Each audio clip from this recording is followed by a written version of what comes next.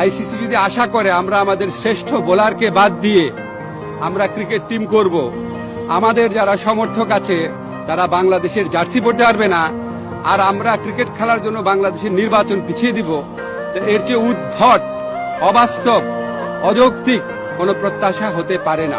আইসিসির যে security team আছে, সিকিউরিটি দায়িত্বে যারা আছে, তারা একটা চিঠি দিয়েছে। সেই চিঠিতে বলা হয়েছে 3টা জিনিস হলে বাংলাদেশ টিমের নিরাপত্তা আশঙ্কা বাড়বে। একটা হচ্ছে বাংলাদেশ টিমে যদি মুস্তাফিজ অন্তর্ভুক্ত হয়, 2 হচ্ছে বাংলাদেশ যে দলের যে সমর্থকরা আছে ওনারা যদি বাংলাদেশের জাতীয় যে জার্সি আছে, আমাদের ন্যাশনাল জার্সি আছে, এটা পরে যদি ঘোরাফেরা করে। আর 3rd হচ্ছে ইলেকশন যত এগিয়ে আসবে তত নাকি বাংলাদেশ দলের নিরাপত্তা আশঙ্কা বৃদ্ধি পাবে।